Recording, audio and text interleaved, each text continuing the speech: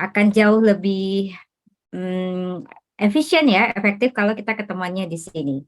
Tapi tidak menutup kemungkinan barangkali saya akan berkunjung ke sana kalau diajakin sama Bapak Ibu yang ada di sini. Saya pengen sekali main-main ke Pasangkayu. Walaupun katanya jauh ya, tapi biasanya yang jauh-jauh itu justru menawarkan begitu banyak keindahan. Nah, anak-anak ini nanti yang akan cerita. Baik, hari ini saya diberikan kesempatan untuk berbagi tentang bagaimana itu budaya digital. Kaitannya dengan literasi digital, tentu saja fokusnya ada di budaya digital. Saya tidak ada maksud sama sekali untuk menggurui Bapak Ibu. Yang saya lakukan hari ini adalah berbagi tentang apa saja yang sudah kami lakukan sebagai salah satu pegiat dan peneliti literasi digital, dan concern kami memang di pendidikan. Oke, sebelum saya mulai, saya mau mengucapkan selamat Hari Guru dulu buat Bapak dan Ibu. Mudah-mudahan belum terlambat. Selamat Hari Guru, Bapak Ibu.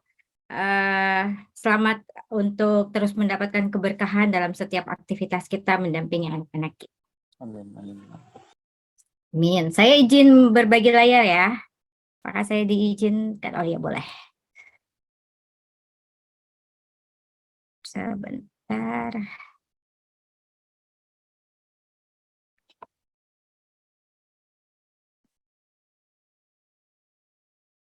Oke, sudah kelihatan? Mudah-mudahan sudah nampak. Sudah? Iya, sudah, Bu. Oke, baik. Terima kasih. Seperti yang saya sampaikan tadi, saya tidak bermaksud untuk menggurui atau mengajarkan, tapi lebih kepada bercerita. Bagaimana sebenarnya tantangan budaya digital dan pendidikan. Kita dihadapkan dengan situasi mau tidak mau kita harus berada di dunia digital. Oke, saya izin memperkenalkan diri dulu. Walaupun tadi sudah dikenalkan, tapi secara resmi saya harus memperkenalkan diri. Nama saya Citra Rosalina Anwar. Saat ini saya dipercaya sebagai Kepala Laboratorium Teknologi Pendidikan Fakultas Ilmu Pendidikan Universitas Negeri Makassar, dan mengajar juga di situ. Kemudian juga mengajar di beberapa kampus lain, di Unipa, di UMI juga saya ngajar. Kemudian background keilmuan saya sebenarnya komunikasi.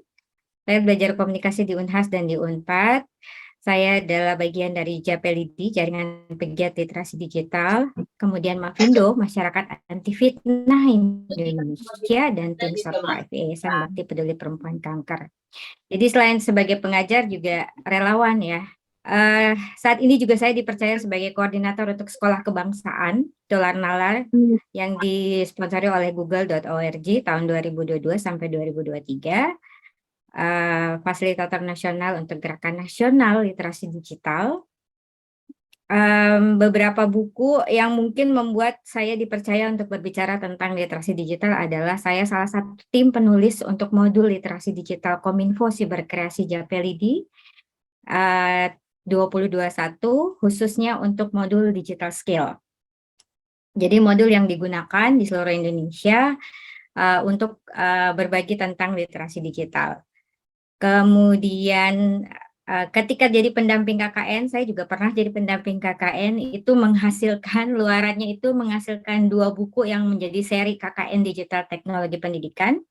Produknya berupa media audiovisual dan buku hard copy tentang berbagai macam aktivitas pada saat mereka melakukan KKN di masa pandemi, makanya namanya KKN Digital.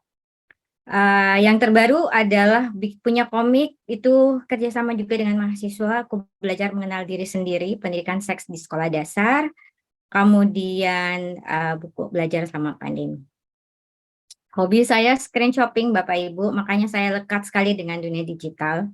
Screen shopping itu memasuk-masukkan barang di keranjang, tapi nggak di check out. Kenapa nggak di check out? Nah, itu juga salah satu keterampilan digital.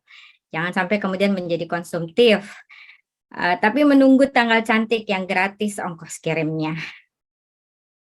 Bikin caption panjang di medsos, itu juga salah satu cara saya untuk menulis. Barangkali kita bisa berteman. Saya hanya ada di Instagram dan di Facebook. Itu alamat Instagram saya dan Facebook saya. Dan salah satu hobi saya itu bikin rencana. Bikin saja dulu, tapi jarang sekali diwujudkan. Kalau sudah punya rencana hari ini saya pengen makan ini, biasanya nggak makan itu. Rencananya jangka pendek sih sebenarnya. Saya suka warna ungu, saya suka barongko, barangkali di Pasangkayu ada barongko yang enak ya. Eh, saya orang yang suka mengajak ngopi tapi nggak minum kopi, saya penyuka teh dan saya penggemar K-pop. Buat Bapak Ibu mungkin menganggap ini anak didik saya nih banyak yang penggemar K-pop ini. Nah ini mereka ini tidak mencintai Indonesia dan sebagainya. Mohon maaf Bapak Ibu, saya termasuk ke dalam itu. Saya penggemar K-pop dan saya nanti akan berusaha menjelaskan apa hubungannya antara menjadi penggemar K-pop, literasi digital dan mencintai Indonesia. Barangkali ada anak-anak di sini juga yang suka K-pop. Oke, uh, kita bicara data dulu. Biasalah, kita harus berangkat dari sebuah data. Potret penggunaan internet di Indonesia itu tinggi sekali. Ini adalah angka terbaru bagaimana internet digunakan. Orang menghabiskan waktu rata-rata 8 jam 36 menit di internet. Bikin apa? Chatting itu 54,7%.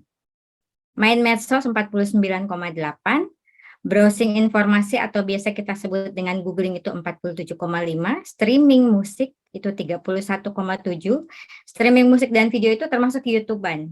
Jadi pada saat kita nonton di YouTube, apakah itu nonton bulu tangkis, nonton bola di YouTube, nonton film, atau nonton podcastnya Deddy Kobuser misalnya, atau Ria Ricis, atau Atta Halilintar, nah itu masuk ke dalam streaming. Kemudian berbelanja, nah itu juga masuk ternyata ada 20,8% aktivitas belanja kita, dan sekolah daring itu 17,5%. Bermain game itu 14,3%. Nah, tapi itu ternyata tidak diimbangi oleh indeks literasi digital. Ini ada angkanya juga, dan ini adalah waktu yang kita habiskan untuk berada di dunia internet. Membaca itu ternyata hanya 1 jam 47 menit, kalah dengan menggunakan media sosial 3 jam 17 menit. Oke, itu kita bicara data. Untuk apa? Untuk kemudian kita tahu betapa banyaknya waktu kita yang kita habiskan di dunia digital. Nah, sekarang pertanyaan saya begini, untuk apa sih kita ada di internet? Apakah itu hanya menghabiskan waktu saja? Oh, tentu saja tidak. Yang pertama adalah kita harus membranding diri kita. Di internet kita juga bisa berwirausaha, bekerja. Ada yang mungkin punya usaha online, tidak hanya di marketplace atau kayak di Lokapasar seperti Shopee, Tokopedia dan sebagainya. Mungkin melalui Facebook kita berjualan, itu sekarang menjadi tren. Bekerja dari rumah ya, tetap menghasilkan uang, menghasilkan cuan dan sebagainya. Mengajarkan les itu juga melalui internet, mengajarkan berbagai keterampilan juga kita lakukan lewat internet. Kemudian bagi anak-anak kita itu untuk mencari beasiswa atau mencari sekolah itu juga dilakukan lewat internet. Mencari pekerjaan juga dilakukan lewat internet. HRD juga mencari mereka yang berpotensi melalui internet. Para pemberi beasiswa pun melakukan hal tersebut. Jadi lakukanlah pameran, saya memberi tanda kutip, prestasi dan kompetisi apa yang kita punya, skill kita di internet dengan baik. Saya selalu memberikan contoh bahwa seperti penampilan yang ganteng dan cantik, yang dijaga, terus kalau foto itu pakai filter. Nah, wajah digital juga perlu dirawat. Termasuk kita harus pandai menggunakan internet atau terutama media sosial untuk membangun wajah digital kita. Kalau saya bertanya, Bapak Ibu dan anak-anakku sekalian, ketika kita mengetikkan nama kita di Google, apa yang muncul? Apa yang muncul itu adalah wajah digital kita. Kalau misalnya kita mencari guru berprestasi di Pasangkayu, berharap banget itu muncullah nama kita. Itulah branding kita. Misalnya ada pemberi beasiswa, kan banyak sekarang pemberi beasiswa terutama untuk guru atau mahasiswa dari luar negeri misalnya. Itu biasanya ketika kita mendaftar, maka pihak HRD atau pihak pemberi beasiswa itu akan mencari nama kita. Mereka punya tekniknya, mereka punya ilmunya untuk melihat, oh ini dia apa ya yang dia lakukan.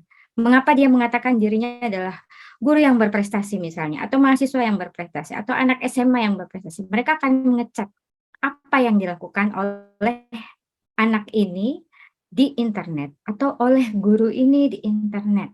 Nah, kalau saya termasuk mungkin karena saya narsis ya Bapak Ibu, saya termasuk rajin ngecek nama saya di internet. Kenapa? Karena saya punya tanggung jawab, orang tua dari mahasiswa-mahasiswa saya itu menitipkan anak-anaknya di kampus kami.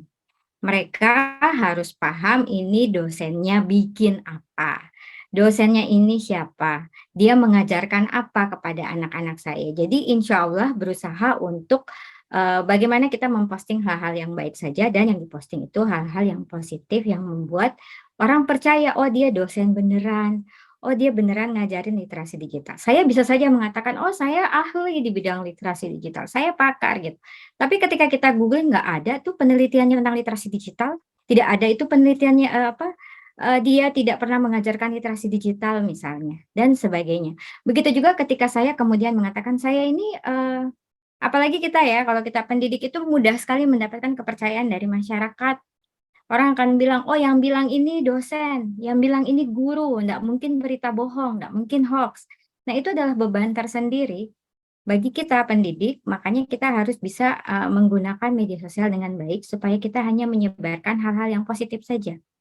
Jadi misalnya saya mengatakan bahwa, oh saya bisa mengajarkan tentang, saya pakar sepak bola gitu. Saya bisa mengajarkan tentang sepak bola dan sebagainya.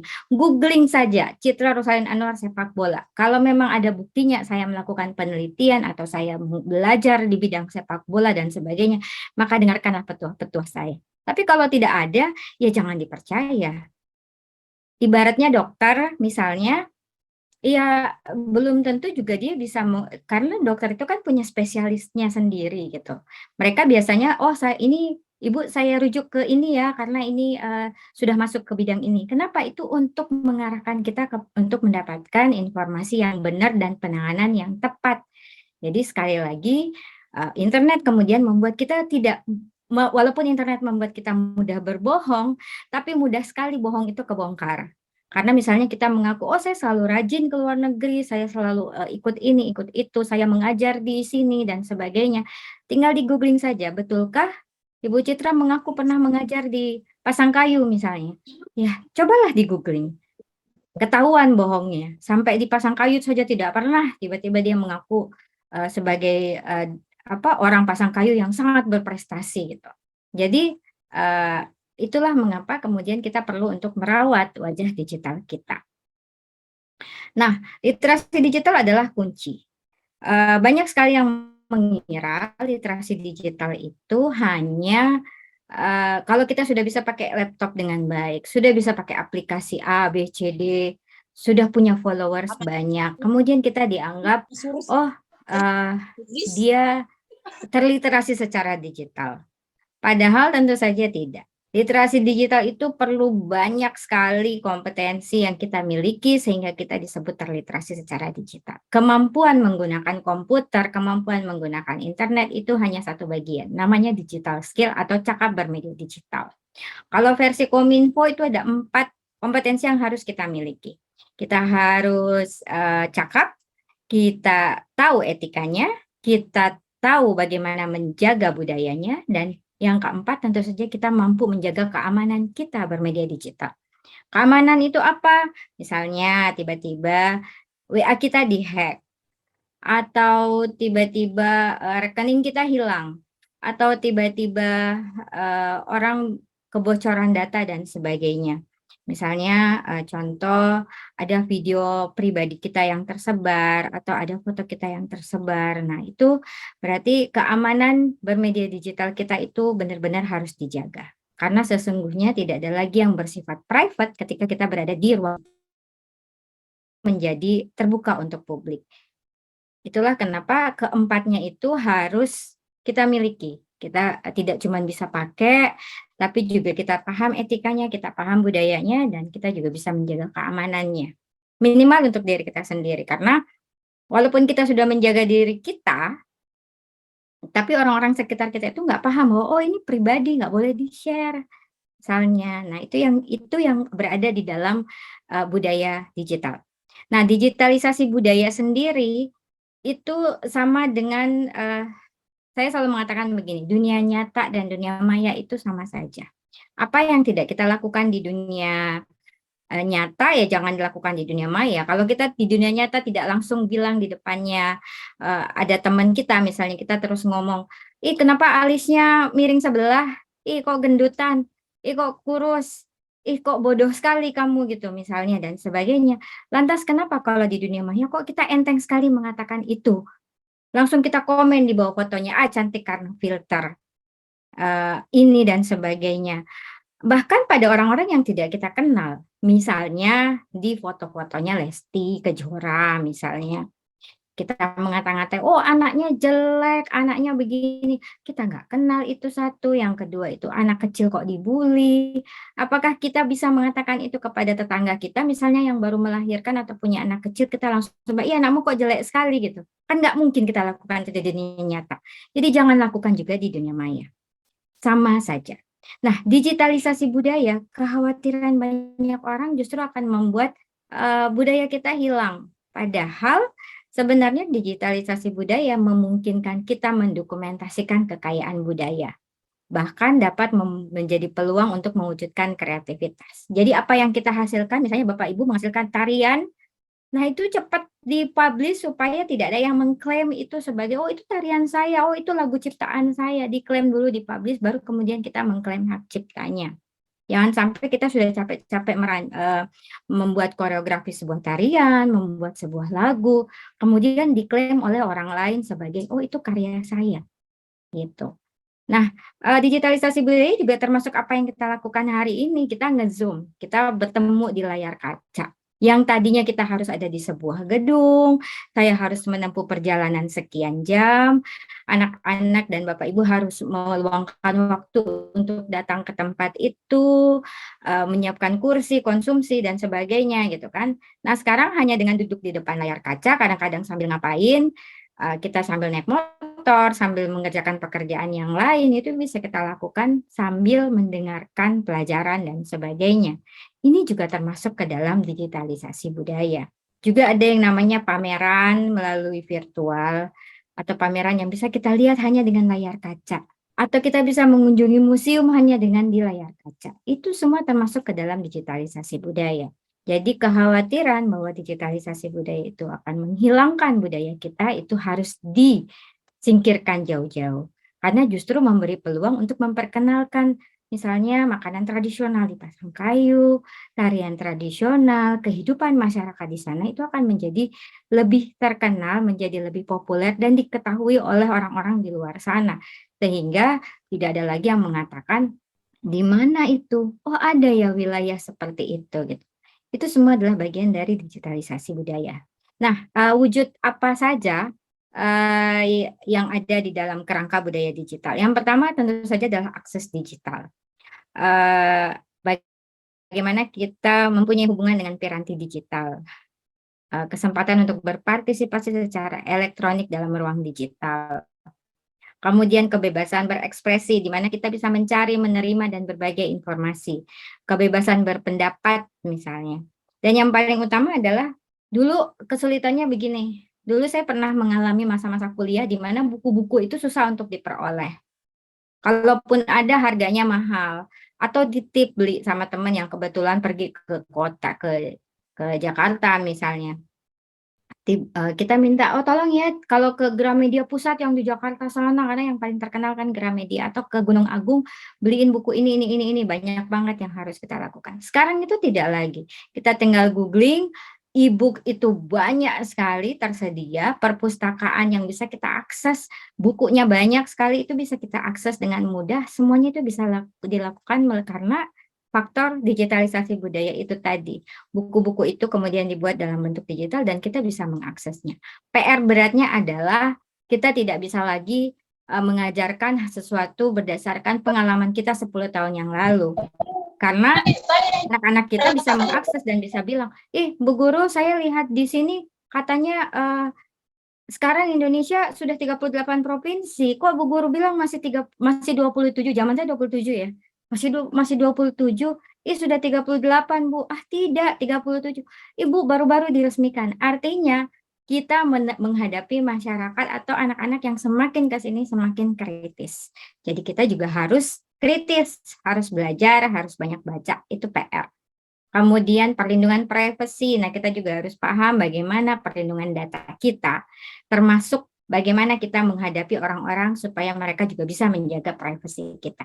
Kemudian ada kekayaan intelektual. Ketika kita membuat materi, Bapak dan Ibu boleh lihat di setiap slide saya itu selalu ada sumber di mana saya memperoleh materi-materi ini. Walaupun hasil pemikiran sendiri saya olah-olah, tapi sumbernya harus jelas. Begitu juga ketika kita membuat media-media pembelajaran. Kita ambil dari internet, kita ambil dari ini. Nah, itu kadang-kadang kita lupa. Kalau cuma slide, kita lupa, oh ini gambarnya harus kita kasih tahu sumber gambar dari Google misalnya. Nggak apa-apa, begitu saja sudah cukup.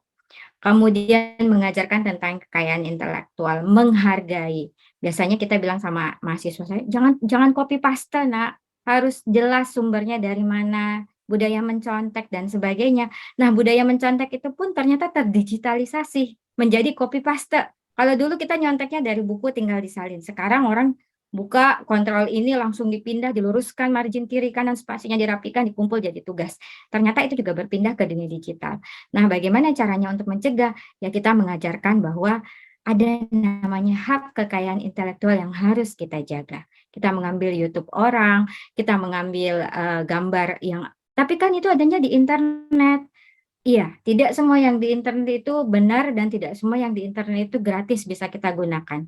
Ada yang bisa kita gunakan secara free, ada yang free tapi harus disertakan sumber, dan ada yang berbayar. Itu semuanya harus kita pahami sebagai bagian dari budaya digital atau digitalisasi budaya. Untuk akses digital, maka tidak ada yang lain adalah gunakan akses yang legal atau sumber informasi yang valid.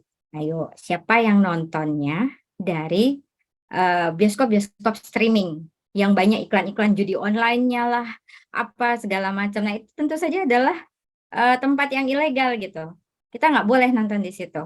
Kenapa? Karena banyak sekali bahaya yang ada di situ. Satu, situs-situs situs-situs yang tidak jelas itu kemudian bisa saja diakses oleh anak-anak kita yang juga menggunakan gadget yang sama dengan kita, walaupun kita nggak buka. Ada satu contoh gini, pernah ada sebuah pertemuan, terus seorang bapak-bapak itu bilang, saya kok nggak bisa mengakses formulirnya ini ya? Oh iya Pak, bisa tolong di share screen biar kami bantu, Bapak sudah ada di mana. Dia share screen dan muncullah yang namanya kalau terkonek sama internet itu, kadang-kadang tiba-tiba muncul pop-up iklan yang tidak sopan lah ya, iklan judi online.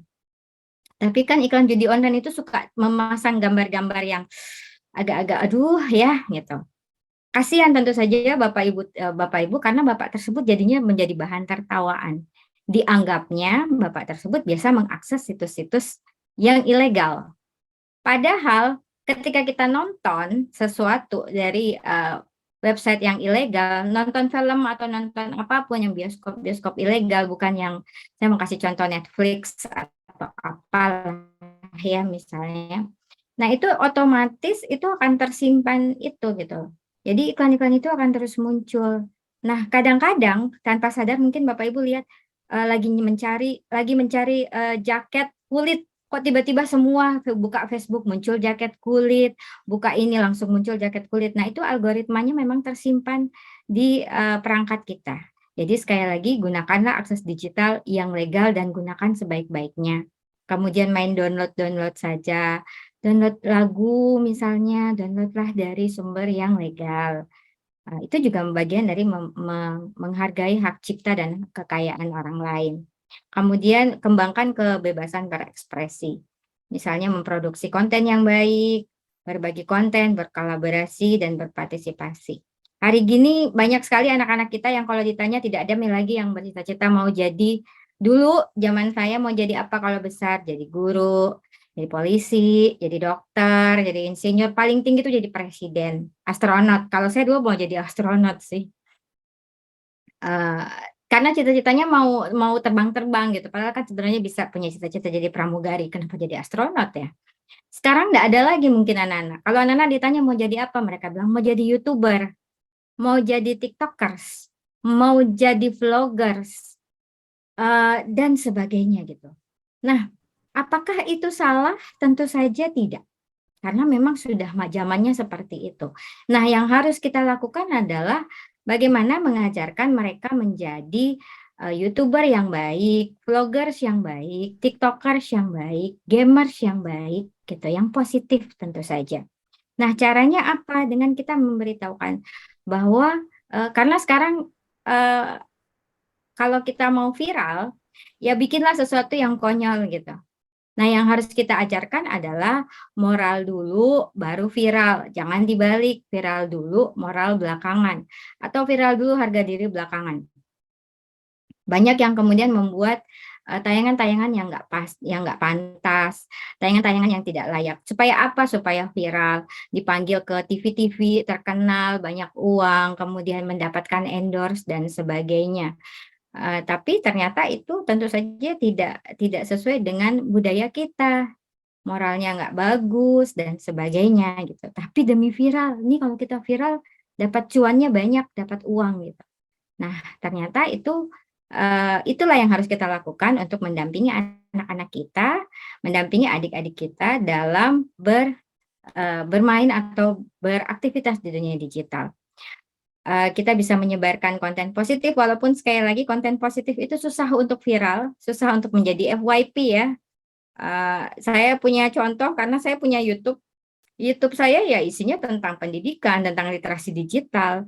Sudah sekian bulan berlalu, subscribernya hanya 26 coba. Padahal saya menganggap, oh itu penting gitu, tapi nggak ada. Tapi bayangkan kalau misalnya saya bikin konten tentang terjun dari cara yang enak untuk terjun dari lantai 3 misalnya, atau tutorial membunuh binatang misalnya, itu kan semuanya viral, ditonton orang.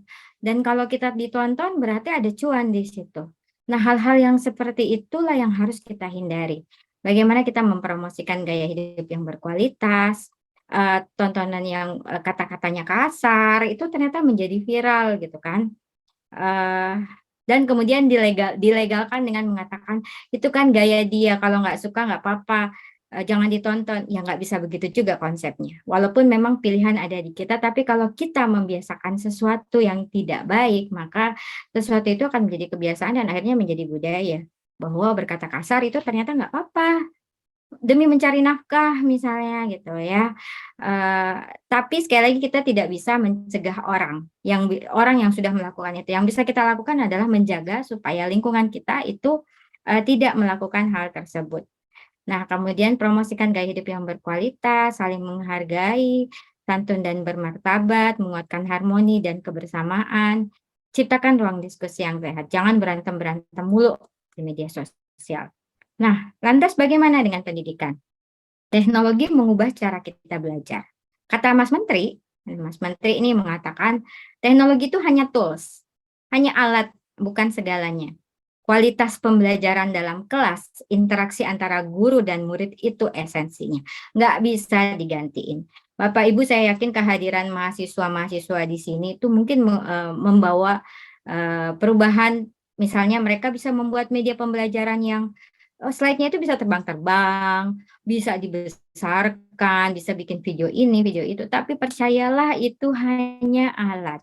Bagaimana itu digunakan, apakah sesuai dengan kebutuhan, lingkungan, dan fasilitas, maka kitalah, Bapak Ibu lah penentunya. Tidak ada yang bisa menggantikan itu. Bahkan Mas Menteri pun mengatakan, saya termasuk yang mengalami itu. Seenak apapun kuliah online buat saya itu tidak pas rasanya. Saya lebih suka kuliah offline, di mana saya bisa mencolek kalau mereka ada yang gondrong misalnya, terus berantakan. Kadang-kadang kalau kuliah online mereka nggak mandi gitu kan, langsung pakai ini rapi, atasnya bawahnya pakai celana pendek, pakai sarung.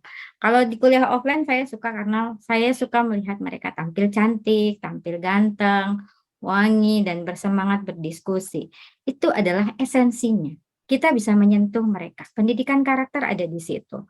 Bahkan Mas Menteri kemudian merumuskannya menjadi profil pelajar Pancasila.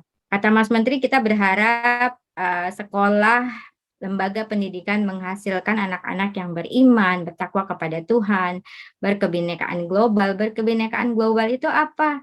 Nah itu, kita bisa menghargai budaya orang. Kita bisa menghargai, oh di India orang makannya seperti itu ya, kalau di kita mungkin, ih, kok makannya begitu, gitu. Di India begitu ya kita nggak boleh marah, kita nggak boleh mengatakan, ih di India jorok, nggak boleh. Karena ya begitulah di budaya mereka. Oh, budaya Korea begitu, oh itu operasi plastik. Nggak apa-apa, itu budaya mereka. Kita nggak boleh marah sama budaya mereka. Ya sama aja mungkin budaya mereka juga bingung. Oh kalau di Indonesia kok kalau ini apa ya, makannya, jangankan budaya Indonesia ya, antar budaya saja. Orang dari luar Sulawesi mungkin akan bingung melihat kita di Sulawesi makan pisang goreng pakai sambal. Mereka bingung, kok pisang gorengnya makannya pakai sambal gitu. Ya jangan marah. Kalau nggak mau makan pakai sambal ya silahkan mau makan pakai apa. Tapi kami di sini makannya pakai sambal, pakai terasi pula. Pisang goreng pakai sambal rasanya seperti apa. Nah kita tidak boleh marah. Itu adalah berkebinekaan global. Itu budaya mereka. Nggak apa-apa mereka lakukan di tempat mereka ya seperti itu. Kalau kita kemudian menganggap itu salah, nah, itu sesuatu yang keliru. Sekali lagi, itu budaya mereka. Nggak boleh kita marah. Misalnya kita melarang, ya itu tadi saya kasih contoh, pisang goreng kok pakai sambal ya kalau di Makassar ya? Iya memang harus begitu gitu. Oh kalau di Makassar namanya, coto ya? Iya coto memang. Makannya sama buras, enggak, harus sama ketupat misalnya, harus sama ketupat. Ketupatnya dicemplung bukan dicocol begitu kan, dicolek-colek, di ini. Nah, oh di tempat saya harusnya begini, ya silahkan kalau di tempat kamu begitu, kalau di sini biasanya begitu. Hal-hal yang, menurut kita aneh, tapi kalau itu budaya orang ya kita nggak boleh marah, sepanjang kita nggak dipaksa untuk mengikuti budaya itu. Sepanjang kita nggak dipaksa untuk mengikuti budaya itu ya jangan marah. Bergotong royong, kreatif, bernalar kritis, dan mandiri itu semua adalah bagian dari profil belajar Pancasila. Ini yang diminta oleh Mas Menteri. Persoalannya sekarang Bapak Ibu guru, saya yakin ini juga PR yang sama seperti kita. Kita menghadapi generasi yang berbeda setiap tahun. Semakin tiap tahun tuh saya selalu deg-degan karena saya selalu ketemu sama mahasiswa baru. Setiap tahun tuh pasti ketemunya mahasiswa baru yang baru lepas dari SMA. Jadi semakin ke sini mereka semakin muda. Yang lucunya kita masih sering menganggap mereka milenial. Milenial itu sudah nggak ada lagi di anak-anak yang kita hadapi sekarang. Milenial itu sekarang mereka yang sudah mengalami yang namanya kolesterol. Milenial itu sekarang adalah mereka yang sudah mengalami sakit punggung atau mereka sebut sebagai remaja jompo, Bapak Ibu. Milenial itu mungkin malah Bapak Ibu guru ini adalah kaum milenial, generasi yang lahirnya tahun 1981 sampai 1996. Jadi anak-anak yang KKN ini sudah bukan milenial lagi. Mereka sudah ada di generasi Z atau generasi post Z. Anak-anak di SD yang kita hadapi itu adalah generasi alfa. Itu anak saya, generasi anak saya. Saya juga punya anak SD, dia masuk kategori generasi alfa. Generasi yang konon kabarnya generasi yang paling cerdas Bapak Ibu karena dilahirkan oleh generasi milenial yang sangat melek digital. Nah ini yang kita hadapi. Kalau kita masih menggunakan ngotot, nggak mau beradaptasi, masih menggunakan cara-cara kita 10-15 tahun yang lalu dengan kata-kata, oh dulu kita diajar begini, kita mengerti-mengerti saja. Iya, generasinya berbeda. Jadi memang PR-nya makin ke sini makin berat. Saya merasakan sekali apalagi Bapak Ibu yang mungkin malah menghadapi usia-usia yang sangat muda dibandingkan saya yang sudah tamatan SMA, masuk, saya selalu ketemu sama mahasiswa baru. Jadi tiap tahun itu PR-nya harus deg-degan belajar. Ini cara penyampaiannya seperti apa? Ilmunya sama, teorinya sama, cara menyampaikannya harus berbeda. Harus disesuaikan dengan zaman. Nah, itu menjadi tantangan budaya digital. Kalau di kita, tantangan budaya digital ini adalah ini, mengaburnya wawasan kebangsaan, menipisnya kesopanan dan kesantunan. Mungkin Bapak Ibu merasa, dulu kita enggak berani colek-colek guru tak. Sekarang kok anak-anak itu saya nanya, Bu Guru, saya ini ya. Kok sekarang enak-enak saja itu seperti ini. Kita menganggap anak-anak kita kesopanan dan kesantunannya menipis. Kemudian menghilangnya budaya Indonesia, media digital menjadi panggung budaya asing. Nah, ini juga sering. Karena saya penggemar K-pop, saya sering dianggap seperti itu. Oh, ini K-pop kemudian membuat kita lupa sama budaya Indonesia. Padahal bukan cuma K-pop, budaya asing yang masuk. budaya India juga masuk, kita nonton film India, kita nonton drama-drama India yang menurut kita kadang-kadang tidak masuk akal gitu ya, dia jatuh dari lantai 9 segala macam gitu, cedera, memar, gegar otak, tapi begitu di ini tiba-tiba dia bisa mencabut semua selang-selangnya dan lari gitu. Buat kita itu juga tidak masuk akal, tapi begitulah di sana kita nggak boleh protes dan itu masuk ke kita. Kemudian budaya misalnya Eee, banyak sekali sebenarnya budaya-budaya yang masuk ke kita, tapi kemudian kita menganggap, "Oh, ini merusak budaya kita." Sebenarnya tergantung dari bagaimana kita memanfaatkan budaya asing tersebut untuk terus menguatkan budaya kita sendiri. Kemudian ada kebebasan berekspresi yang kebablasan. Kita seenak-enaknya mencaci maki orang yang tidak kita kenal. Misalnya mengomentari di, postingannya yang heboh kemarin Lesti Kejora dan Rizky Bilar. Kita mengata-ngatai Lesti Kejora, mengata-ngatai Rizky Bilar, itu banyak sering terjadi. Kemudian sehingga akhirnya ada yang mengatakan bahwa netizen Indonesia itu adalah netizen yang paling tidak sopan se-Asia Tenggara ya. Karena kita bisa mencaci maki membuat sebuah akun itu di-take down misalnya karena kita menyerbu akun tersebut, mencaci maki dengan alasan bela negara. Kemudian menghilangnya batas-batas privacy. Sekarang kita bisa melihat isi dapurnya si A. Kita bisa melihat, oh di rumahnya artis B itu kolam renangnya ada 2 bersusun tinggi, ada liftnya dan sebagainya. Oh di kamarnya artis C itu spraynya harganya 12 juta gitu. Wah di kamarnya artis X, ini ada seperti ini. Itu tidak ada lagi batas-batas privacy. Padahal di dunia nyata mungkin tamu kita itu hanya sampai di ruang tamu, tidak boleh lagi mereka melihat, area belakang dapur apalagi kamar. Tapi sekarang karena semuanya serba digital, mudah sekali orang-orang justru bahkan aktivitas kita di ruang pribadi itu menjadi sangat sangat mudah untuk diketahui orang.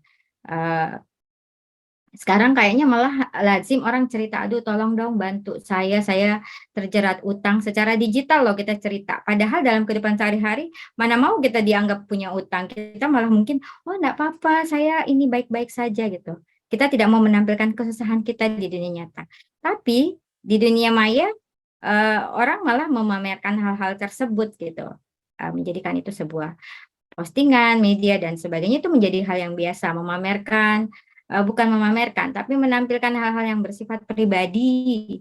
Misalnya ya itu tadi dapur, kamar tidur, dan bahkan, mandi dan sebagainya itu ada yang menjadikan itu sebagai postingan. Apakah itu salah? Nah itu tentu saja balik lagi, apakah itu ada di dalam budaya kita, karena kalau di dunia nyata, mana mau kita mengajak orang masuk, orang asing loh ini, masuk ke kamar kita gitu kan, nggak ada, untuk melihat spray kita, sebagainya dan sebagainya. Atau melihat dapur kita, melihat kita masak pun itu rasanya tidak pernah kita lakukan. Paling bau-baunya yang nyebrang ke tetangga ya, tapi dapur kita biasanya tidak ketahuan.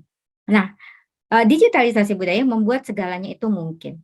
Menghilangnya batas-batas privasi, pelanggaran hak cipta, dan karya intelektual, bahkan yang paling parah media digital menjadi sarana provokasi negatif. Orang mulai saling ngata-ngatain, saling berantem, dan sebagainya. Nah, yang harus kita lakukan adalah menjadikan Pancasila dan Bhinneka Tunggal Ika sebagai landasan kecakapan digital atau budaya digital kita. Pancasila itu apa? Nah, kalau masih ingat sila-silanya nih, kalau ditanyain sila Pancasila pasti biasanya langsung lupa ya. Kalau nggak ditanyain ingat, kalau ditanyain ditodong langsung lupa. Dari 5 sila itu sebenarnya sudah banyak sekali yang diajarkan. Sila pertama, Tuhanan Yang Maha Esa itu artinya adalah empati dan cinta kasih. Di mana kita harus mengutamakan yang namanya empati dan cinta kasih. Yang kedua, sila kedua kemanusiaan yang adil dan beradab itu mewujudkan kesetaraan dan solidaritas. Jadi sekali lagi kita tidak boleh merasa lebih baik, lebih kurus, lebih cantik, lebih putih, lebih kaya, lebih pintar dari orang lain hanya karena postingannya di media sosial. Oh dia pakai barang KW, oh dia nyontek, oh dia alisnya besar sebelah, oh dia ini gendut, dia tidak putih dan sebagainya. Kesetaraan dan solidaritas itu penting. Kemudian wujud sila ketiga, harmoni, mencintai dan mengutamakan produk Indonesia, menghargai keberagaman. Ini yang saya sampaikan tadi. Misalnya, wah budaya Korea itu menjajah Indonesia gitu. Anak-anak lebih lebih cinta Korea. Ya jangan lupa banyak sekali UMKM lokal yang kemudian memanfaatkan tren Korea itu. Merek-merek skincare misalnya itu jadinya banyak sekali muncul yang tadinya orang nggak mengenal skincare dan sebagainya, banyak yang muncul. Produk lokal semuanya. Makanan-makanan lokal, topoki, ramen dan sebagainya itu ternyata menghidupkan UMKM lokal menjadi usaha rumahan. Setelah diusut-usut, ramen ini kan mie instan gitu kan. Oh ya udahlah nggak apa-apa gitu. Ada juga di Indonesia misalnya. Jadi sekali lagi bukan membenci budayanya, tapi kita melihat oh budaya ini bisa kita apakan sehingga budaya kita itu tidak hilang.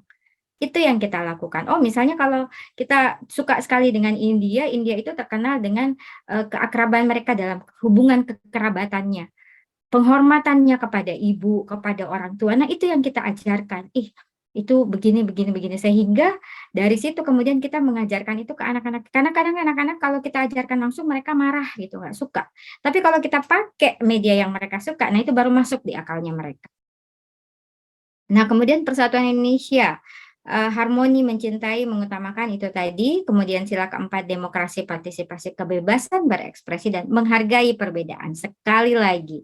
Kemudian wujud sila kelima, gotong royong, tolong menolong dan partisipasi. Ketika bencana Cianjur terjadi, ini mungkin masih ada yang ribut.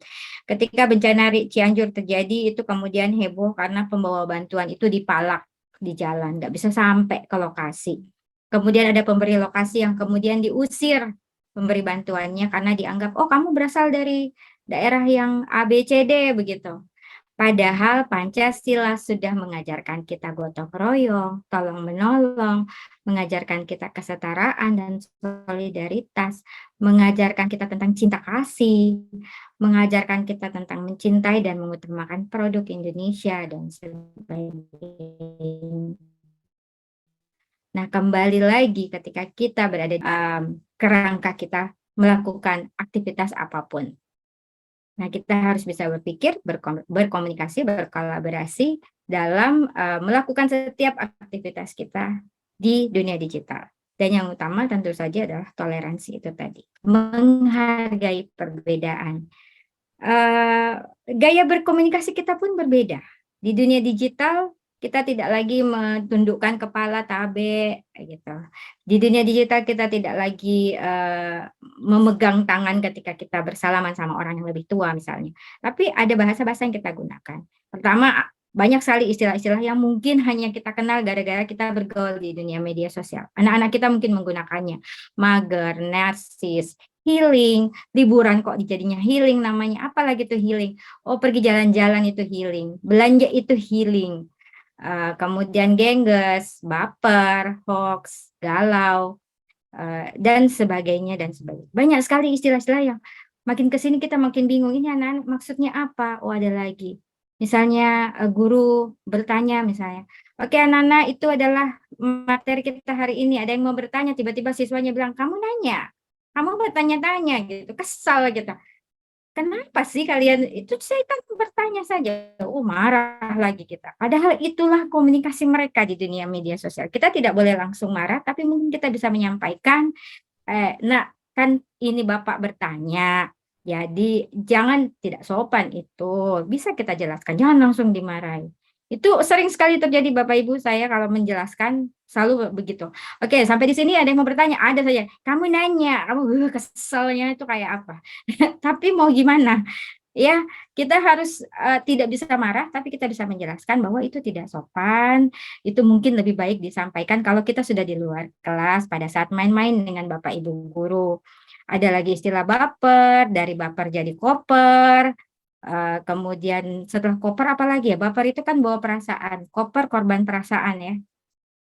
Kemudian tidak peka, kemudian healing, apa dibilang healing? Tiba-tiba anak kita SD kelas 5 bilang, aku capek dengan sekolah, aku pengen healing. Apa lagi tuh healing? Oh ternyata maksudnya jalan-jalan, pergi jajan ke toko-toko kecil sana beli beli ciki-ciki yang kecil itu kan, itu sudah healing buat anak-anak SD. Jadi kita harus mengikuti supaya kita tidak sembarangan melarang. Kemudian komunikasi kita yang lain adalah emoji dan emoticon. Ada banyak sekali emoji-emoji yang kadang-kadang kita bingung. Maksudnya baik, tapi ternyata tidak boleh kita lakukan di media sosial. Misalnya, saya termasuk yang melarang mahasiswa saya berkomunikasi dengan dosen menggunakan emoji jempol, Bapak Ibu. Kenapa? Kalau kita ke mahasiswa atau kita ke siswa boleh menggunakan emoji jempol. Tapi kalau mahasiswa ke dosen jangan menjempolkan dosennya. Jawablah dengan baik Pak, Ibu, dengan ikon senyum misalnya. Jangan jempol, kesannya kayak aneh saja. Tiba-tiba kita guru nih bilang, oke, sudah paham di grup chat kita bertanya sama mahasiswa. Baik, sudah paham tugas yang saya berikan. Tiba-tiba siswa mengeluarkan ikon jempol. Aneh saja rasanya. Ini anak kecil kok menjempol-jempoli saya gitu. Jadi itu sebenarnya emoji yang bagus, positif maknanya, tapi tidak sesuai digunakan antara mahasiswa dengan dosennya atau siswa dengan gurunya. Kalau sebaliknya boleh kita memberi pujian kepada, wah keren sekali kamu nak, keren. Tapi kalau mahasiswa kita, keren Bu, itu aneh saja rasanya ya. Tapi ya begitulah. Nah, kemudian ada lagi bahasa ini, stiker. Ini banyak sekali stiker-stiker seperti ini ya. Ini baru beberapa. Sabar, orang sabar pasti kesal dan sebagainya. Ini adalah bahasa-bahasa yang kita gunakan di dunia digital. Dan ini adalah menjadi kebiasaan, menjadi budaya, sudah biasa lagi. Sekali lagi, sesuaikan dengan tempat. Atau GIF atau meme seperti ini, mantap bosku. Janji kamu manis banget deh, cocok dijadiin takjil. Banyak sekali. Termasuk ikon yang kamu nanya itu banyak sekali beredar. Kamu nanya tuh masih ganggu banget sih belakangan ini. Nah, jadi bahasa gaul atau bahasa alay, bahasa yang santai dan tidak kaku, informal itu tidak masalah. Asal digunakan sesuai tempat, konteks yang diajak bicara, dan tujuan kita berkomunikasi apa. Ini adalah beberapa contoh bagaimana kita berkomunikasi atau siswa berkomunikasi dengan gurunya. Kamu belum kirim tugas ya bahasa Indonesia? Belum, gue baru bangun, anjir gitu kan. Ya itu bahasa alay, bahasa biasa. Tapi kan kita nggak mungkin melakukan itu sama guru. Nah, ini misalnya, siapa yang ngechat itu selalu pakai P.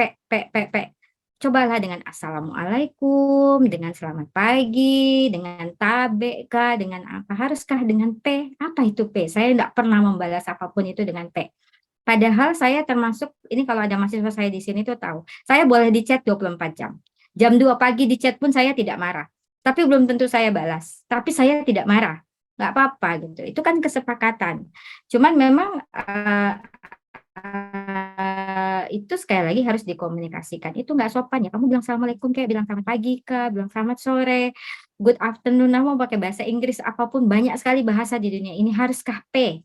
P itu apa? Atau menyingkat salam. ASS. Apa itu ASS? AWW gitu. Assalamualaikum warahmatullahi wabarakatuh disingkat menjadi AAWW gitu. Kadang-kadang kan kita kesal sendiri. Ini maksudnya apa?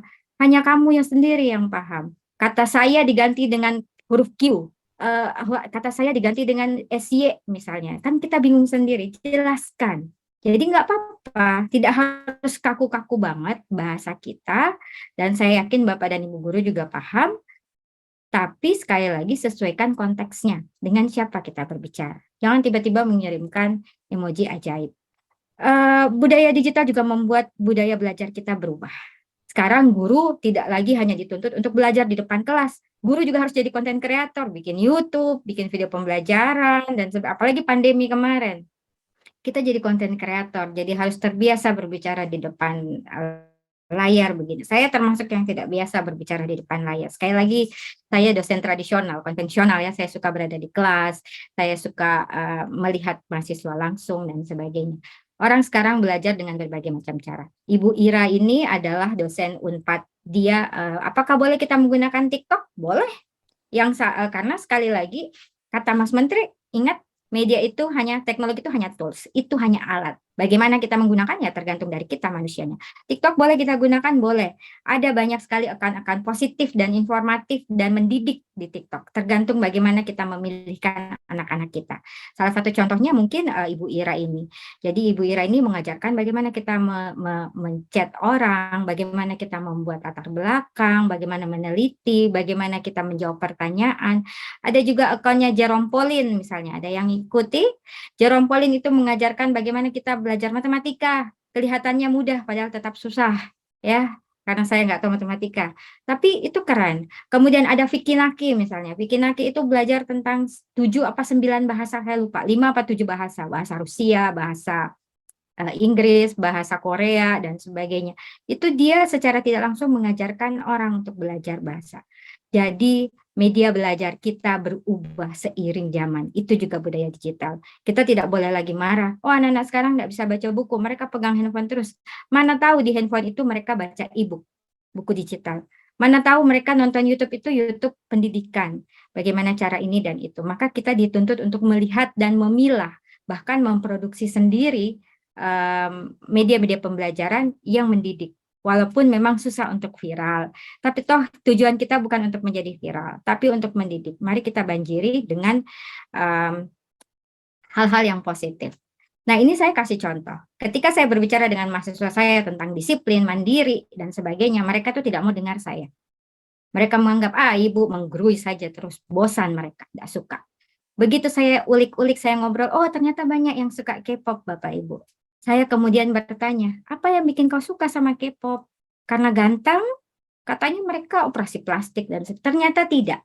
Menurut anak-anak ini, mereka belajar tentang kemandirian karena idol K-pop itu usianya masih muda sekali, umur 15 tahun mereka sudah harus keluar dari rumahnya, tinggal di asrama, mandiri, mencari nafkah sendiri sambil tetap harus sekolah. Kemudian mereka tuh disiplin, Bu. Tidak ada yang instan. Mereka harus tetap sekolah sambil latihan, sambil bekerja kadang-kadang kalau mereka berasal dari keluarga yang tidak mampu. Kemudian secara pendidikan mereka harus berprestasi. Tidak boleh ada cacat celah bagi seorang penyanyi Korea. Mereka harus bersih. Mereka tidak boleh tampak kelihatan merokok di sekolah. Mereka tidak boleh ketahuan menyontek di sekolah. Mereka tidak boleh ketahuan pernah berkelahi di sekolah. Itu. Kemudian mereka cinta tanah air, Bu. Mereka itu semuanya sekaya apapun mereka, seterkenal apapun mereka, sepenting apapun mereka bagi bangsanya, mereka harus menjalani proses wamil. Proses wamilnya beneran, mereka harus berada di kamp tentara, bukan dibilang di camp tentara, tapi tidak ada di situ. Mereka harus benar-benar ada di situ.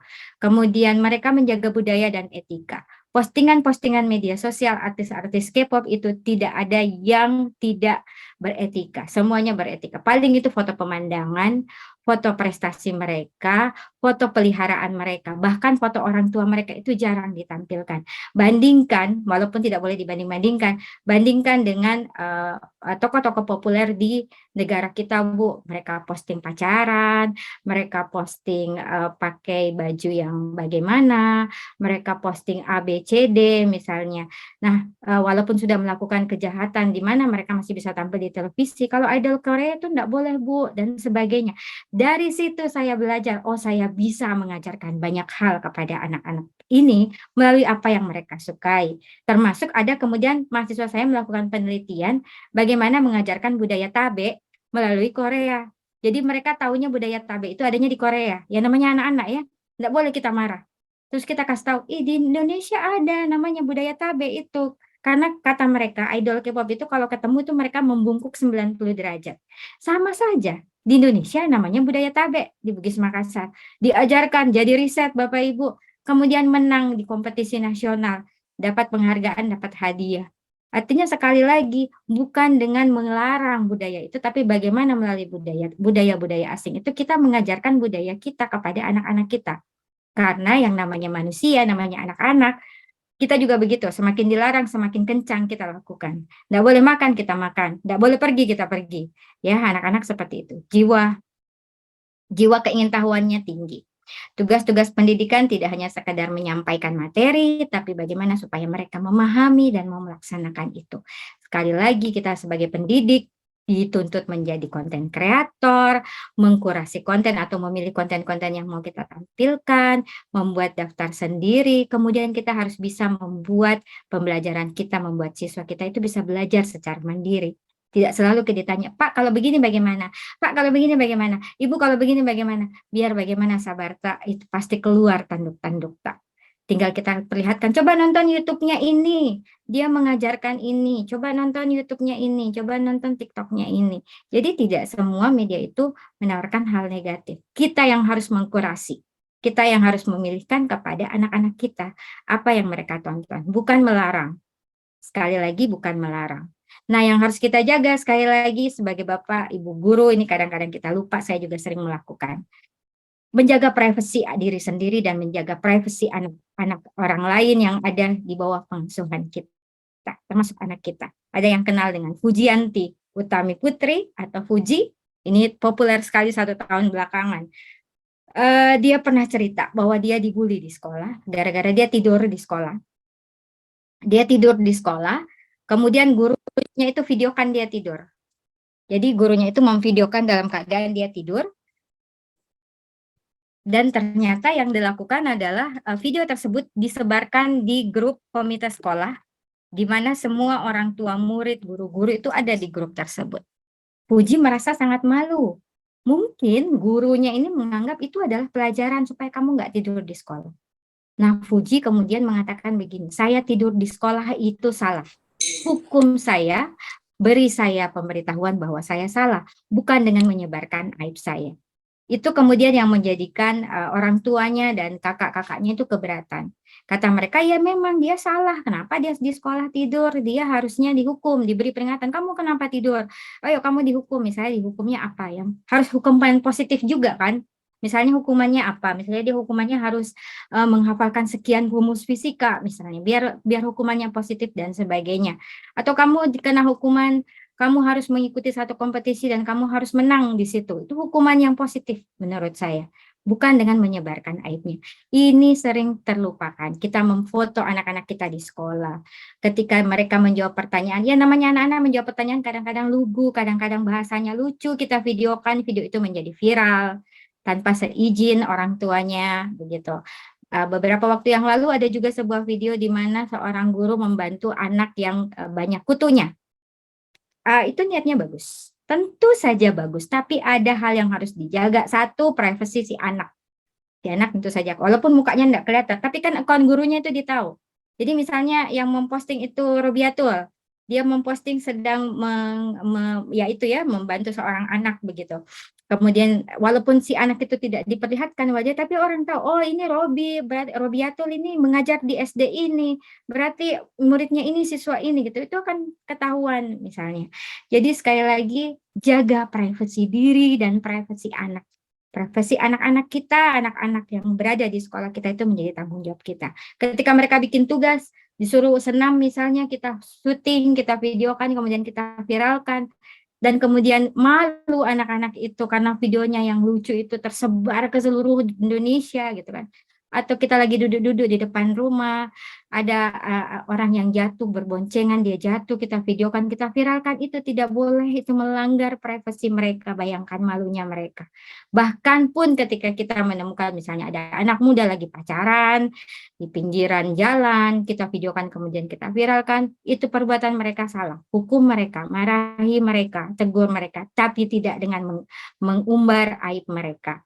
Karena tentu saja secara agama, secara etika itu tidak boleh kita lakukan. Walaupun sejak dulu kita bergosip ya, kiri kanan. Ih, tadi tuh ada yang ketahuan begini, begini, begini. Tapi tentu saja itu tidak boleh kita sebarkan. Kita belajar dari kasus Nak Fuji ini menceritakan itu. Dia mengatakan saya salah, nggak apa-apa, saya salah, hukum saya, tapi jangan sebarkan aib saya. Dia trauma dan akhirnya kalau saya nggak salah dia sampai pindah sekolah. Kemudian, wah saya cuma chat dia kok, saya japri Ji. Tapi ada namanya screenshot Bapak Ibu. Di screenshot tersebarlah semua, kita habis gosipi orang. Ini adalah contoh bagaimana sebuah percakapan bisa di screenshot. Sekali lagi kita belajar dari artis Korea. Ketika mereka menyebarkan foto artisnya, foto orang lain itu ditutup, di blur, boleh dilihat. Ketika mereka di jalanan syuting, maka wajah-wajah orang lain itu akan di blur, yang kelihatan hanya wajahnya sendiri. Padahal kalau kita itu bangga sekali kalau ada foto tak sama artis atau sama orang terkenal terus diposting. Kalau ada orang syuting, kita sengaja lewat-lewat di belakangnya supaya kita kena syuting juga misalnya. Saking bangganya kita. Nah, sebenarnya secara digital itu tentu saja melanggar hak privasi orang lain. Kalau kita pergi tempat makan, jangan tiba-tiba kita live story atau live Facebook. Hai guys, kita lagi makan nih rame-rame. Jangan sampai ada orang yang tidak minta izin sama mamanya, minta izin sama orang di rumahnya, ternyata ketahuan ada di situ gara-gara kita live. Jadi sekali lagi kalau kita mau live, kalau kita mau ketemuan sama teman-teman kita, melakukan aktivitas, minta izin dulu, bolehkah saya live? Boleh saya live misalnya, boleh kita foto-foto, saya tag ya, karena siapa tahu kita tidak minta izin ke rumah dan akhirnya jadi persoalan besar gara-gara kita ketahuan ada di kafe tersebut. Padahal bisa saja di tempat itu kita cuma numpang buang air kecil misalnya, tukar uang kecil kah, berteduh atau apa, tapi dianggapnya katanya mau pulang, ya ada nih di live-nya ini dan sebagainya. Menjaga hak privasi digital anak-anak kita dan diri kita itu adalah tanggung jawab besar kita sebagai pendidik. Tidak mengumbar data pribadi anak, termasuk sekolah. Saya kalau posting foto anak saya di sekolah itu nama sekolahnya pasti saya blur dan saya harus minta izin sama anak saya sebelum saya posting. Boleh Bunda posting ini. Tidak ada postingan tentang dia di media sosial saya yang tidak seizin dia. Harus saya minta izin. Kenapa? Karena saya harus mengajarkan dia sejak kecil bahwa segala sesuatu itu harus minta izin. Jadi itu yang saya contohkan. Begitu adalah cara kita untuk mendidik anak kita. Karena jejak digital akan selalu ada. Berhenti untuk menjadikan media sosial sebagai ruang private. Kemudian karena kita bukan konten kreator juga sih, bukan selebgram juga, untuk apa orang mengetahui dapur kita, mengetahui tempat tidur kita, mengetahui segala macam aktivitas kita, karena itu bisa mengundang bahaya juga. Tidak berantem di media sosial gitu, menagih utang misalnya nih yang banyak, aduh ini tanya-tanya mulu tapi tidak beli. Kemudian kepo, jangan mudah percaya. Ini juga istilah bahasa gaul ya, kepo. Jangan mudah percaya ketika ada orang ibu guru yang bilang, nggak mungkin salah lah. Kalau ibu gurunya nggak ngecek dan recheck berarti ikut menyebarkan sebuah informasi yang keliru. Itu beban juga. Jadi hati-hati dengan segala informasi atau berita. Misalnya kita belanja di toko, terus tiba-tiba setelah itu kita dapat link, Anda mendapatkan hadiah 63 juta. Misalnya. Padahal kita cuma beli sabun harga 10.000, rasanya tidak masuk di akal. Jadi jangan mudah percaya. Pilih-pilih teman. Uh, tidak mengejar follower, siapa saja kita follow, siapa saja kita izinkan untuk melihat media sosial kita. Kemudian berhenti ngedrama, nonton drama silahkan, tapi tidak usah terlalu drama kalau di media sosial dengan berantem. Semua persoalan berantem sama orang tua kita posting, berantem sama guru kita posting, berantem sama pasangan kita posting gitu, curhat tidak dikasih uang jajan kita curhat di media sosial. Jangan terlalu drama lah di media sosial. Jaga pribadi kita, jaga harkat dan martabat orang tua, guru, dan sekolah kita misalnya. Misalnya langsung kita posting, sekolah apa ini, biar ininya tidak ada, tapi kita posting. Kan bisa bilang, Pak, kepala sekolah, kenapa ya di sekolah kita tidak ada begini, bagusnya enggak usah diposting di media sosial. Kan bisa kita bilang, langsung. Kita bilang sama ibu kita, orang tua kita, Bu, saya butuh uang jajan lebih karena begini. Enggak usah kita posting sambil nangis-nangis, saya tidak diberi uang jajan, untuk apa coba? Karena itu namanya drama. Kemudian hindari asusila, pornografi, pornoaksi, pornoteks. Saya pikir kita sudah sangat paham ini, karena sekali lagi jejak digital itu akan selalu ada. Bayangkan anak-anak kita akan mendaftar beasiswa, terus tiba-tiba pemberi beasiswa itu, wah dia sudah berprestasi bagus, nilainya bagus, dan gerbang filter terakhir pemberi beasiswa dan pemberi pekerjaan sekarang itu adalah media sosial dan internet mereka. Mereka akan melihat apa yang dia lakukan. Dilihat, oh dia suka berkelahi, suka mengeluarkan kata-kata kotor, suka memposting hal-hal porno, dan sebagainya, maka gagal sudah kesempatan kita untuk mendapatkan beasiswa atau untuk mendapatkan pekerjaan, termasuk anak-anak kita. Oh, dia pernah melakukan hal-hal yang konyol misalnya, dan divideokan, beredar videonya di internet, itu tentu saja membuat jejak digital itu akan selalu ada. Dan itu akan dicari. Buktinya, orang kalau mau jadi presiden, sudah jadi presiden, masih dicari fotonya waktu SD, masih dicari fotonya waktu SMP. Itu berarti apa? Jejak digital itu akan selalu ada. Tidak bisa saya mengaku saya lulusan Pasangkayu, terbaik saya di SD Pasangkayu sana. Tidak boleh, karena pasti akan dicari. Betulkah Citra Rosalyn Anwar pernah bersekolah di SD Pasangkayu dan menjadi juara umum misalnya? Jadi sekali lagi, mari kita jaga jejak digital kita dengan baik dan benar. Saya tutup cerita saya hari ini, maaf kalau kepanjangan, maaf kalau terlalu bertele-tele dan sebagainya, tapi saya berpikir ini adalah kejadian keseharian yang sering kita temukan ketika kita berhadapan dengan anak-anak dan sering tidak sadar kita lakukan. Saya termasuk yang melakukan itu, di kelas pun akhirnya setelah mengetahui ini, karena kami punya kewajiban untuk absen secara langsung suasana di kelas, saya selalu minta izin sama mahasiswa saya. Izin ya, saya hanya mau absen. Nggak apa-apa Bu, fotonya jangan di blur gitu. Ya udah, saya akan tampilkan. Jadi saya tutup cerita saya dengan ini bahwa internet itu seperti pintu kemana saja. Pastikan kita punya peta, tujuan, dan memahaminya agar tidak tersesat, agar kita selamat sampai di tujuan dan bergembira selama di perjalanan.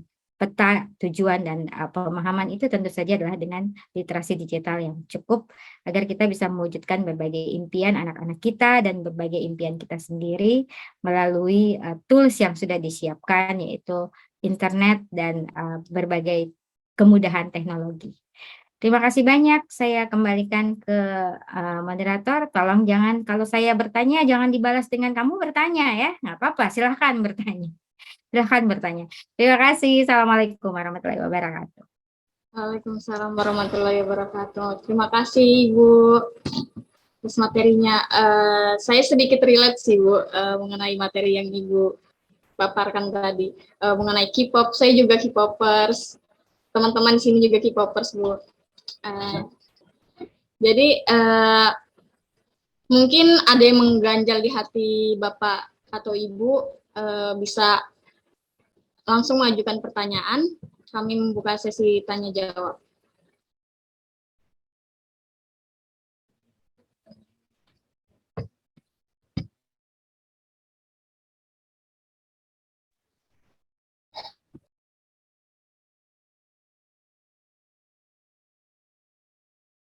Jika ada yang ingin bertanya, silakan raise hand, Bapak Ibu, atau teman-teman.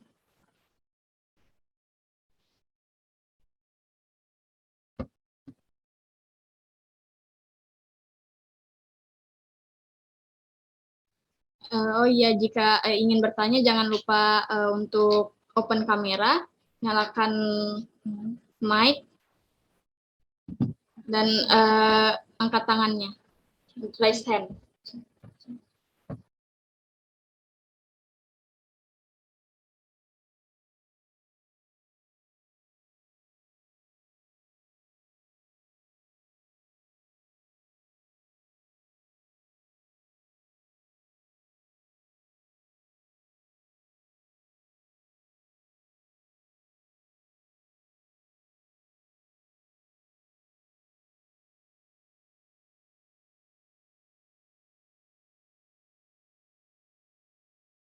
Ya Ibu, saya persilahkan.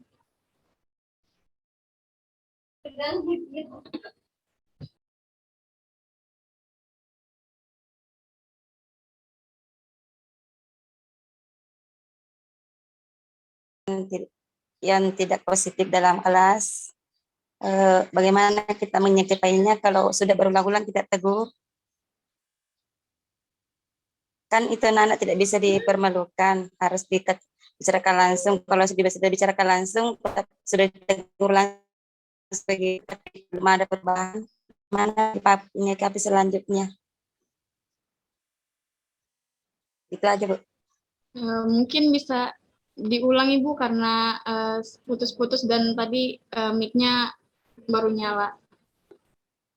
Begini, kalau di kelas kita menemukan anak-anak yang sudah kita tegur, sudah kita kasih tahu langsung dia berkelakuan tidak positif, kita sudah berulang-ulang menegurnya. Kan tadi Bu Materi bilang tidak boleh permalukan anak-anak. Pendekatan apa yang harus dilakukan untuk menyikapi anak seperti ini?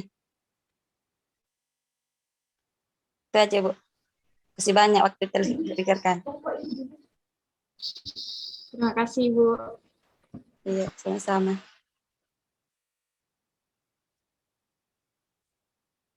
Baik, saya langsung jawab. Baik Ya. Ibu. Oke, baik. Terima kasih Bu Siti Ajira. Permasalahan kita Bu. sama ya. Sudah kita kasih tahu, enggak boleh begini, enggak boleh begitu, atau jangan begini, jangan begitu, tapi masih berulang-ulang dilakukan dan sebagainya. Sebenarnya kan kalau zaman dulu ya, zaman saya sekolah, zaman saya tuh sekian puluh tahun yang lalu, itu kan guru bisa, misalnya saya sudah terbiasa, misalnya kalau kuku panjang itu dipukul pakai apa namanya, pakai penggaris itu sudah biasa. Kalau saya pulang bilang sama ibu saya dipukul tangannya pakai penggaris, ibu saya bilang, iya, kamu kan tidak potong kuku, sudah dikasih tahu sama ibu guru harus potong kuku misalnya. Atau tidak bawa topi pada saat upacara, saya disetrap, dihukum, saya pulang nangis-nangis, ibu saya cuma bilang, kan sudah dikasih tahu harus bawa bawa topi, kenapa kamu nggak bawa topi gitu. Kita pulang, kita itu rasanya lebih ringan. Sekarang kalau kita lakukan itu, Bu, kita bisa viral. Ya, kita langsung bisa dianggap, oh, guru ini menganiaya siswa, atau malah orang tuanya ikut marah gitu. Kita bisa dimarahin sama orang tuanya, didatangi kita dan sebagainya. Serba salah memang, karena pendekatan satu, pendekatannya harus menjadi berbeda dengan pendekatan zaman kita sekolah dulu. Yang kedua, siswa yang kita hadapi itu berbeda, dan yang ketiga, orang tuanya juga berbeda. Semuanya berbeda. Kalau saya tapi memviralkan mereka itu juga bukan solusi gitu kan. Karena bisa saja malah makin marah orang tuanya, dianggap mempermalukan anaknya gitu. Dan akhirnya kita lagi yang salah. Maka yang saya bisa lakukan adalah tentu saja satu, kita berkomunikasi. Kalau kita sudah menegur anaknya berkali-kali, ternyata dia masih melakukan itu, kita mungkin bisa mendiskusikan kepada guru kalau di sekolah ada guru BK, atau mungkin langsung ke pihak sekolah. Atau mungkin malah kita langsung menyampaikan kepada orang tuanya. Itu adalah solusi yang menurut saya paling masuk akal, paling kekeluargaan. Jadi jangan sampai kita disalahkan. Karena kalau kita viralkan, kita hukum dengan hukuman fisik ya, yang seperti tadi saya bilang, kita cubit misalnya, atau kita langsung potong rambutnya. Kalau rambutnya gondrong, kita ambil, kalau zaman saya iya, langsung dipotong, atau pakai rok kependekan langsung ditarik roknya, itu sudah biasa di zaman kita, tapi kan tidak boleh kita lakukan sekarang. Jadi cara yang paling bisa kita lakukan adalah kalau sudah berkali-kali kita lakukan, kita bicarakan dengan guru lain atau pihak sekolah, misalnya kepada Bapak dan Ibu Kepala Sekolah atau kepada guru BK, lalu kemudian kita komunikasi kepada orang tuanya langsung. Jadi orang tuanya itu bisa mendengarkan dari dua sisi, karena si anak bisa saja bilang, nggak tahu itu, Mak, karena memang kayaknya ini guruku tidak enak suka, Kak. Ya, kadang ya, seperti itu hanya orang tua emosi, namanya kita ibu-ibu ya, emosi kita yang pergi datangi guru, kenapa kamu memukul anak saya, atau kenapa kamu membuat anak saya tidak naik kelas misalnya. Jadi orang tua juga harus diberitahu permasalahan apa yang dilakukan oleh anaknya di sekolah, itu juga harus dilakukan. Dan hindari untuk menyampaikan itu di grup, karena itu juga sama dengan mempermalukan, Bu. Ada kan grup yang isinya orang tua murid. Misalnya kita langsung bilang, Tabe Ibu Robia itu anaknya tidak datang lagi sekolah hari ini, begitu. Nah, itu kan mempermalukan. Yang bisa kita lakukan mungkin adalah dengan menjapri. Maaf Ibu, apakah si anak ini tidak masuk sekolah lagi? Kemarin tidak masuk, hari ini juga tidak masuk. Ada apa ya? Jadi si ibu ini tidak akan merasa bahwa harga dirinya ini dipermalukan kalau kita bertanya secara langsung. Jadi yang saya bisa sampaikan, saya sudah mencoba melakukan itu dan lumayan berhasil. Saya ngomong sama orang yang memang ada kaitannya langsung, tapi secara private, tidak di ruang publik. Itu lagi ya, tidak membuat drama. Karena biasanya yang bikin kita marah itu karena kita dipermalukan, bukan karena kita salah. Bukan karena kita mau membela diri karena salah, tapi karena kita dipermalukan, jadinya kita membalas balik. Jadi yang bisa kita lakukan adalah sampaikan melalui japri, kita WA langsung, atau kalau memungkinkan tetangga kita, ya kita bisa langsung ngomong, Bu, tadi si ini tidak mengerjakan PR-nya, saya minta dia hukuman ini ya, saya minta dia bikin begini-begini. Jadi ada obrolan yang bisa kita sampaikan langsung kepada orang tua atau penanggung jawab si anak. Itu juga cara yang sangat beretika kalau saya. Itu kalau dari saya, Bu Siti Ajira, mudah-mudahan membantu. Agak repot memang, tapi ya sudah lah ya.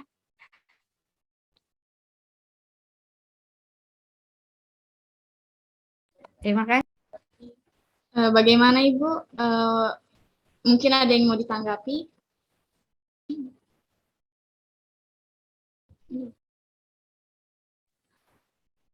Ya, terima kasih Ibu. Mungkin ada yang ingin bertanya lagi?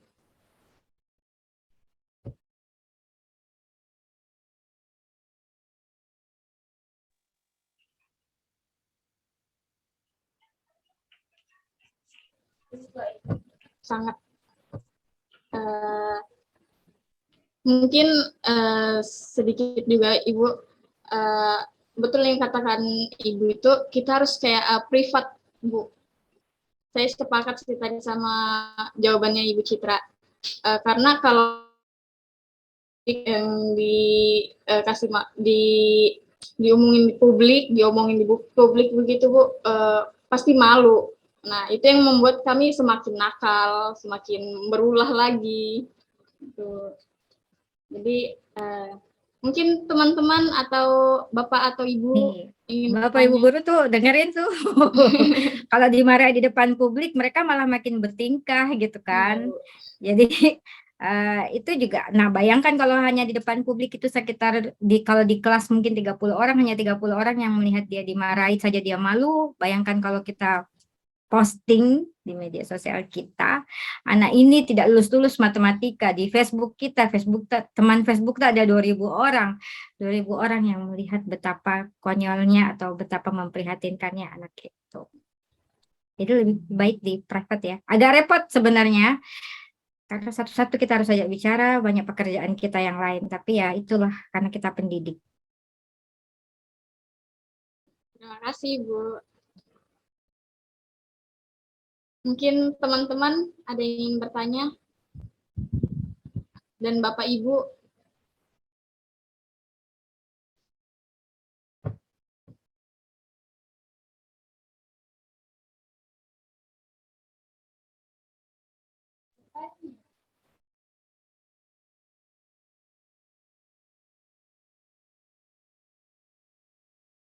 ya mungkin teman-teman atau Bapak Ibu yang ingin bertanya, mumpung Ibu Citra ini ada di dalam Zoom ini, karena Ibu Citra kayaknya sangat sulit kita temui. Materinya sangat bagus sih, Bu. Saya sangat relate sebagai generasi Z. Iya, Ibu, saya persilahkan. Bisa bertanya lagi? Bisa, Ibu. Apa ada teknik atau cara untuk mengendalikan emosi ketika kita dalam kelas? Dalam ruangan kelas itu kan bermacam-macam anak-anak. Ada yang tenang, ada yang suka ribut, ada suka ganggu temannya. Apa ada teknik cara untuk mengendalikan itu emosinya kita pada saat dalam kelas? Itu saja. Boleh Ibu Citra. Terima kasih Ibu. Mungkin Iya, boleh Ibu Citra. Ibu Ajira saya relate loh, beneran. Saya itu pengagum guru-guru sebenarnya. Jadi kemarin ketika saya ngobrol di PGRI Ternate pun, saya curhatnya begitu. Saya itu pengagum Bapak Ibu guru. Ketika pandemi, Bu, saya hanya mengajar satu anak-anak saya. Itu tanduk saya sudah keluar-keluar, Bu. Sudah berkembang tanduk itu. Pagi saya ngajar matematika, siang ngajar bahasa Indonesia, sore-sorenya itu belajar bahasa Inggris, besoknya pagi belajar jadi guru olahraga, kemudian jadi guru bahasa Arab, jadi guru ini dan sebagainya. Itu tanduk itu sudah berkembang-kembang, Bu. Jadi emosi. Saya bayangkan bagaimana Bapak Ibu guru menghadapi 20-30 orang, 20-30 orang siswa dengan berbagai macam karakter yang berbeda, nada suara tidak boleh naik sama, nada suara hanya boleh sampai di mi, do, re, mi, fa tidak boleh mi naik, karena kalau sudah naik fa itu sudah lelah rasanya ya. Jadi saya mungkin malah saya yang harus belajar tips dan triknya dari Ibu bagaimana caranya menjaga emosi ya. Kalau saya selalu begini, akhirnya sampai kepada titik kita yang paling kenal anak-anak kita. Kita paling memahami setiap anak kita. Jadi dalam satu rentang waktu itu kan kita mulai mengenali karakter. Oh, si Putri itu tipenya seperti ini, si Nabila itu ceritanya seperti ini. Kalau ini karena ada memang anak-anak yang suka cari perhatian. Memang dia suka kalau dia disebut-sebut di depan umum. Yang tadi ya tidak semua mungkin seperti Robiatul yang tidak suka kalau ditegur di depan umum. Ada anak-anak yang justru memang melakukan berbagai tingkah untuk diperhatikan. Nah, kalau yang seperti itu mungkin kita bisa bolehlah sedikit memberi perhatian. Ini kamu kenapa gitu. Tapi ada juga anak-anak yang seperti Robiatul itu yang tidak suka kalau disampaikan secara langsung. Makin dikasih tahu secara umum, makin bandel mereka, makin kepala batu. Jadi kalau kita mengenal anak-anak kita, bagaimana cara kita mendekati mereka, biasanya sih secara emosional kita tidak terlalu lelah lahir batin. Tapi sekali lagi tentu effortnya atau usaha yang dibutuhkan itu menjadi lebih besar karena kita jadi harus ngobrol satu-satu. Mana pekerjaan banyak, mana mau bikin media pembelajaran, mana mau bikin ini itu dan sebagainya. Tapi saya selalu percaya menjadi guru itu bukan pekerjaan tapi sebuah panggilan hati ya. Kalau kita cinta sama pekerjaan kita biasanya selelah apapun, semenjengkelkan apapun kelas kita, besok pagi kita semangat lagi Bu, pergi. Saya seperti itu. Sudah saya marah semarah-marahnya sama anak-anak saya di kelas misalnya. Ketika tiba jadwal saya belajar, mengajar, saya semangat lagi. Kalau sudah saya marah, nyesalnya itu minta ampun, Bu. Aduh, harusnya saya tidak marah tadi. Aduh, harusnya tidak saya tegur tadi. Kasihan. Kasihan sebenarnya kepada anak-anak. Aduh, harusnya tadi saya lebih bisa menjaga emosi dan sebagainya gitu. Tapi ya balik lagi, besoknya kita semangat lagi mau mengajar mereka. Karena bagi saya mengajar itu bukan sekadar profesi, tapi lebih kepada panggilan hati, pengabdian. Jadi kita senang gitu melakukannya walaupun menghadapi setiap hari anak-anak yang dengan tingkah yang berbeda-beda. Jadi kemampuan komunikasi dan mendekati anak memang itu menjadi tantangan tersendiri dalam menjadi guru. Bukan sekedar bisa mengajar, menyampaikan materi. Jadi makanya beda katanya antara mengajar dengan mendidik itu berbeda. Nah, kalau mengajar pokoknya saya kasih sampai LKS-nya selesai, selesai sudah tugasku. Naik kelas tidak naik kelas urusan kalian. Tapi kalau kita pendidik, maka kita tentu saja berharap anak-anak kita mengalami perubahan, bukan hanya sekedar dari tahu menjadi tidak tahu, tapi menjadi lebih baik dari hari ini. Itu katanya. Saya juga tidak berani mengklaim. Itu dari saya. Terima kasih. Ya, Terima kasih banyak, ya, luar biasa. ya, sedikit menambahkan juga Ibu, kami kan di sini ada program bakti sosial ke SD-SD yang ada di Kecamatan Pasangkayu. Mungkin ada dari sekolah Bapak Ibu itu kami datangi. Kami juga kan kami tidak pernah menyentuh peserta didik. Terus tiba-tiba kami bertemu dengan peserta didik dari kelas 1 sampai kelas 6, SMP dari kelas 7 sampai kelas 9. Kami juga kaget, oh ada peserta didik yang begini, ada peserta didik yang begitu. Emosi kami juga kayak pulang dari kegiatan kami selalu capek Bu, karena energi kami. Jadi kami juga bangga apresiasi terhadap Bapak Ibu, kayak kesabarannya ternyata luar biasa. Begitu Ibu. Mungkin ada lagi yang ingin bertanya? Saya biasanya kalau begitu, kalau mahasiswa sudah habis KKN atau habis magang dan menghadapi siswa, biasanya saya selalu bilangnya begini, bagaimana rasanya menghadapi dosa-dosa kalian? Tidak pantas atau melakukan hal-hal gitu. Jadi jangan mengatakan guruku killer gitu. Tidak ada orang gila yang mau marah-marah tanpa alasan. Pasti ada hal-hal yang membuat itu adalah bagian dari pendidikan. Tapi ya namanya manusia ya, namanya anak muda ya seperti itu emosinya. Selalu berpikir bahwa dosenku atau guruku, buat kalian dosen atau guru itu adalah satu-satunya. Buat kami pendidik kalian bukan satu-satunya. Kami harus menghadapi 25 anak lainnya, jadi perhatiannya pasti terbagi-bagi. Gitu ya. Jadi pola pikirnya yang diubah. Tuh kalau dari saya. Terima kasih Bu. Mungkin ada lagi pertanyaan? Satu lagi sebelum kita tutup karena kita dibatasi oleh waktu ya. Padahal ini masih banyak yang ingin disampaikan mungkin sama Ibu Citra, banyak juga teman-teman ingin bertanya.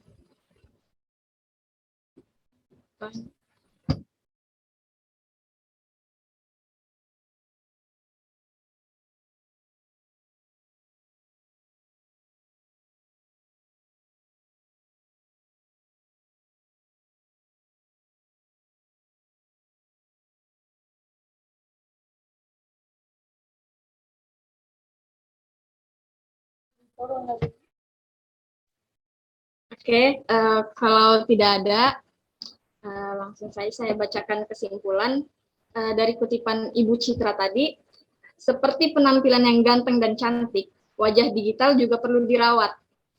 Cakap digital akan menjadi perawatan yang tepat, termasuk cakap memilih waktu untuk pansos dan pamer yang tepat.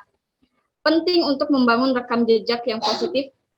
Intinya, branding diri ini penting. Mungkin ada statement dari Ibu sebelum kita tutup.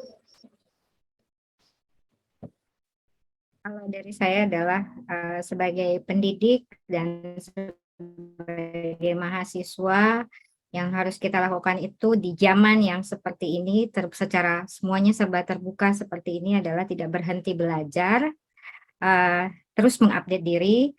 Jangan ragu untuk memamerkan semua prestasi dan kompetensi kita di media sosial. Gunakan media sosial dengan baik, positif, sebarkan hal-hal yang baik, bukan menyebarkan kebencian, tapi menyebarkan hal-hal yang baik, yang positif itu tadi.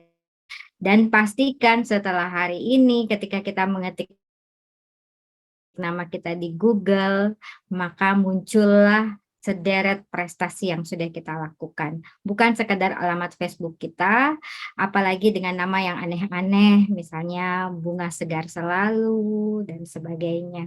Tapi gunakanlah identitas kita yang benar, supaya pada saat kita membangun brand itu nanti, kita sudah punya merek di Google. Coba mulai hari ini, setelah besok, pastikan ketika kalian ketik nama kalian di Google itu udah muncul ya. Itu adalah jejak digital, modal kita untuk berada di dunia digital saat ini. Saya pikir itu. Terima kasih banyak untuk waktunya. Mohon maaf kalau saya terlalu berkesan menggurui. Sekali lagi tidak ada maksud untuk menggurui, tapi betul-betul hanya untuk berbagi. Semoga apa yang kita lakukan hari ini memberi manfaat, berkah, dan menjadi bekal untuk kita dalam melakukan setiap aktivitas kita. Terima kasih. Assalamualaikum warahmatullahi wabarakatuh. Waalaikumsalam warahmatullahi Sama-sama. wabarakatuh. Terima kasih kembali Ibu. Mungkin Oh iya, sebelum satu lagi. Kita boleh ngobrol lewat Instagram dan media sosial saya yang lain. Silahkan kalau di forum misalnya nggak kurang enak buat nanya, boleh. Kita boleh DM-an. Saya DM-an. Boleh pakai direct message ke akun Instagram saya. Terima kasih. terima kasih kembali Ibu.